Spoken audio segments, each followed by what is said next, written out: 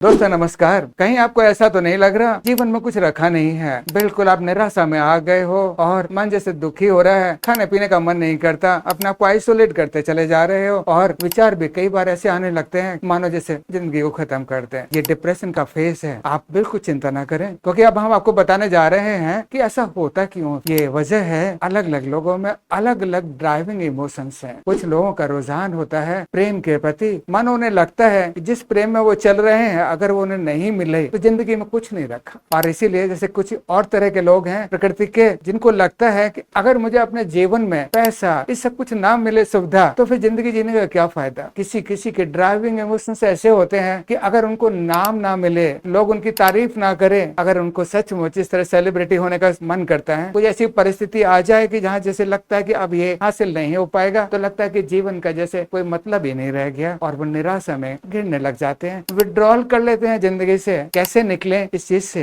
इसका एक तरीका है। कुछ सेशंस हैं जहाँ कोई दवाई की जरूरत नहीं है, गाइडेड मेडिटेशन की तरह है ये। वहाँ उस केस में हम उनके मन के सतह में अंदर लेयर्स में जाते हैं और जब देखते हैं कि आखिर उनके मन के अंदर विचार, अंतर मन में ऐसे क्यों इस तरह से लगाव है, और अगर टूट रहा है तो बहुत सारी चीजें हैं, इस पर्टिकुलर चीज पर उन्होंने आधार बनाकर ऐसा क्यों अनुभव कर रहे हैं जीवन में, तो वहाँ हम उसको रिजॉल्व करते हैं। बहुत आसान होता है उस स्टेटस में, क्योंकि मन आराम से उसको स्वीकार कर लेता है, कॉन्शियस माइंड की तरह लॉजिक्स में नहीं जाता, और इसलिए स्वीकार करते हुए वो बहुत आराम से अपने आप को मॉडिफाई कर लेता है। और जब ऐसे केस में आप बोल सकते हो, जब सबकॉन्शियस की थेरेपी सेशन में चल रहे हैं, लगता है कि अब ठीक है, तो इसके बाद फिर हम उसे सेशंस को क्लोज करते हुए अवेकनिंग स्टेट में लाते हैं। और उसके आने के बाद उसको लगता है सेशन के बाद कि मानो जैसे मेरा कुछ बिगड़ा नहीं है, दुनिया में बहुत सारी चीजें हैं, और अपना वो ध्यान डाइवर्ट करता है, क्योंकि वो प्रायोरिटी जो उसने एक पर्टिकुलर चीज को दी हुई थी, इमोशंस को, वो बैलेंस होने के बाद बाकी सारी चीजों में अपना सुख, आनंद और पर्पस देखते हुए आगे बढ़ता है। कभी भी आपको ऐसी परिस्थिति से अगर गुजर रहे हो, आपने कोशिश भी की हो और नहीं उभर पा रहे हो, तो इन थेरेपी सेशंस का